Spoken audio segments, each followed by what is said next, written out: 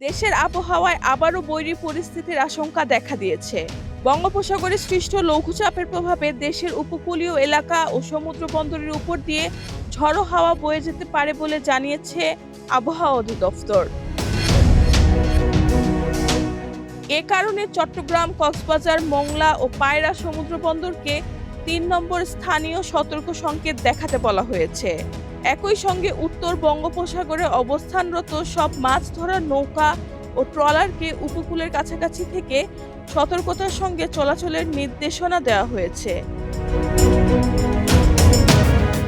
বুধবারের পূর্বাভাস অনুযায়ী খুলনা, বরিশাল, পটুয়াখালী, কুমিল্লা, নোয়াখালী, চট্টগ্রাম ও কক্সবাজার অঞ্চলের উপর দিয়ে ঘন্টায় ৪৫ থেকে ৬০ কিলোমিটার বেগে দমকা বা ঝড়ো হাওয়া সহ বৃষ্টি বা বজ্রবৃষ্টি হতে পারে।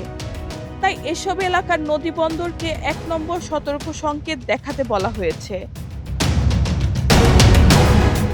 আবহাওয়াবিদদের মতে উত্তর বঙ্গোপসাগরে সৃষ্ট নিম্নচাপ, মৌসুমী বায়ুর অস্বাভাবিক সক্রিয়তা, বায়ু প্রবাহের পরিবর্তিত গতিপথ এবং বৈশ্বিক জলবায়ুগত প্রভাবের কারণে দেশের বিভিন্ন অঞ্চলে কয়েকদিন ধরে টানা বৃষ্টিপাত হচ্ছে।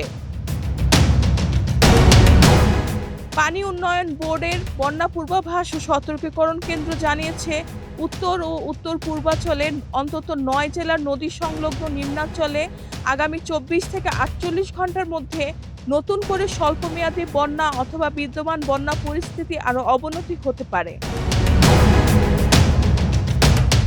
আবহাওয়া অধিদপ্তরের তথ্য অনুযায়ী চলতি জুলাই মাসের প্রথম ১১ দিনেই দেশে গড়ে ৩৯২ মিলিমিটার বৃষ্টিপাত হয়েছে, যা পুরো জুলাই মাসের স্বাভাবিক গড় বৃষ্টিপাতে প্রায় ৭৫%। সাধারণত জুলাই মাসে দেশে গড়ে ৫২৩ মিলিমিটার বৃষ্টি হয়। আবহাওয়াবিদরা জানিয়েছেন, সাময়িকভাবে বৃষ্টির তীব্রতা কিছুটা কমলেও বৃহস্পতিবার থেকে আবারও মৌসুমী বায়ু সক্রিয় হলে বৃষ্টিপাত বাড়তে পারে।